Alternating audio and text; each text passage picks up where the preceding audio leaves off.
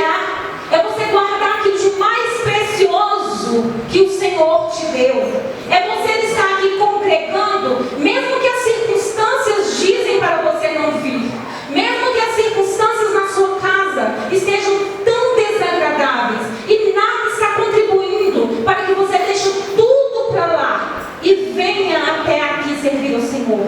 Mas eu quero te dizer que enquanto você está aqui, Jesus viu o esforço que você fez para sair da sua casa e deixar tantos problemas para lá. Talvez você está aqui nessa noite e sua cabeça está pensando em tantas coisas que você precisa resolver essa semana, mas você deixou tudo para segundo plano e colocou como prioridade servir ao Senhor. Colocou como prioridade estar na casa do Senhor, dando o de melhor que você pode dar, oferecendo o de melhor, assim como aquelas mulheres que entenderam o que era viver servindo. Vocês também, nós também entendemos o que é servir no reino do Senhor. Muitas renúncias precisam ser feitas. Não é fácil, porque as nossas vontades sempre estão batendo no nosso coração, porque os nossos desejos carnais sempre estão aflorando na nossa carne. Mas nós entendemos que primeiro quem vive é Ele, porque eu já morri, eu já pratiquei minhas renúncias para que aquele que morreu por um, nós todos morremos por Ele a cada dia. Quando Paulo escreveu a sua carta aos Romanos, ele disse: quem pode me separar do amor de Cristo? Paulo já tinha vivenciado tantas coisas após aquele episódio do encontro dele com Jesus no caminho de Damasco.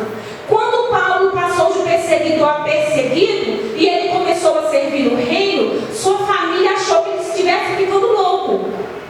Afinal de contas, aquela nova religião que ele perseguia e que ele tinha autorização dentro da sua religião para praticar aquelas atrocidades, e de repente Paulo começa a pregar aquele Jesus. E quando ele teve um encontro com Jesus no caminho de Damasco, ali ele pensou que Jesus fosse matá-lo. Mas Jesus deu para ele talvez um castigo muito pior do que morrer, que era servir a ele. Aquele homem que era perseguidor, agora é garoto propaganda do Evangelho. E o maior missionário que nós encontramos com espírito de servidão dentro da Bíblia Sagrada dos dias de Jesus.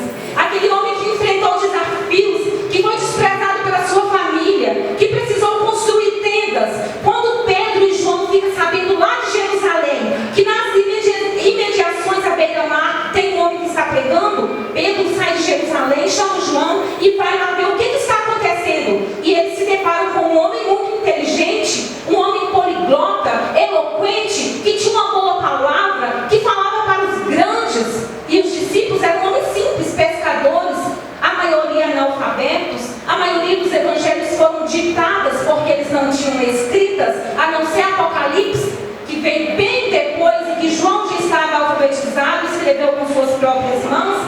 E agora aqueles discípulos se deparam com um homem tão inteligente que eles nunca tinham visto aquilo de tão perto.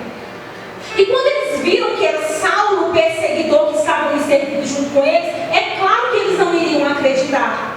Quando Jesus fala com Ananias lá em Damasco, para ir na casa de Simão, o curtidor, para ir, porque lá tinha um homem esperando para receber a unção. Ananias fala: quem é? Jesus fala: Saulo de Tarso. Eu imagino Ananias voltando para trás, guardando seu azeite, falando: mas esse homem, esse eu não vou não.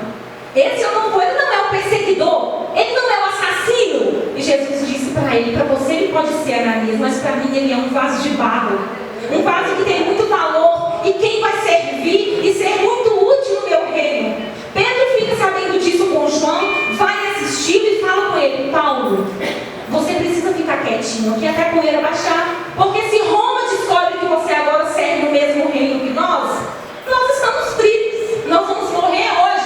Então você vai ficar aí um pouquinho de castigo, quando a poeira baixar, nós voltamos. Só que nessa brincadeira eles esqueceram de Paulo, e ele ficou 14 anos esquecido.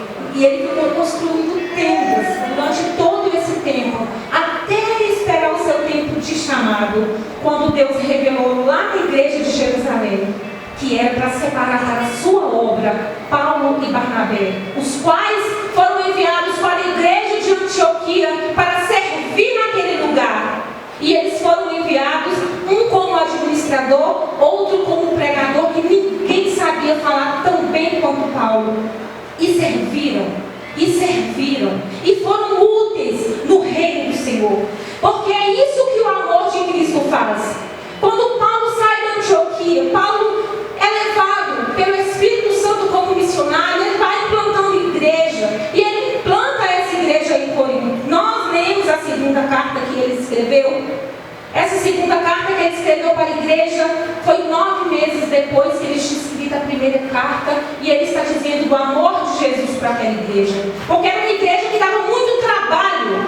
Na primeira carta nós vemos um Paulo muito rude, um Paulo que ele não consegue dar nem nome aos pecados que aquela igreja praticava, que filhos estavam deitando com as mulheres dos seus pais. Aquele pecado não tinha nem nome para isso ainda. E Paulo diz: entrega para o diabo a alma desse menino, porque não tem jeito para ele mais não. Então, quando nós abrimos a segunda carta de Coríntios, nós vemos um Paulo totalmente transformado, porque quando ele não está aguentando mais, ele disse para o Senhor: não aguento mais, eu tenho um espinho na carne que fica me incomodando a todo tempo, e eu não consigo mais. E Jesus disse para ele: Paulo, a minha graça te basta. E nós vemos aqui o Paulo quebrantado, escrevendo a carta para os irmãos daquela igreja, e ele começa escrevendo, e ele diz assim: bendito seja Deus, o Pai do nosso Senhor Jesus Cristo, o Pai das misericórdias. E eu quero dizer para você que o Pai das misericórdias, ele supre as nossas necessidades. O Pai das misericórdias, aquele que te entende, aquele que te compreende, e aquele que sabe que você está servindo de todo o coração, aquele que sabe que você entendeu que precisa se tornar humilde, que precisa se tornar pequeno para ser grande no reino do Senhor. Que nós possamos servi-lo, vivendo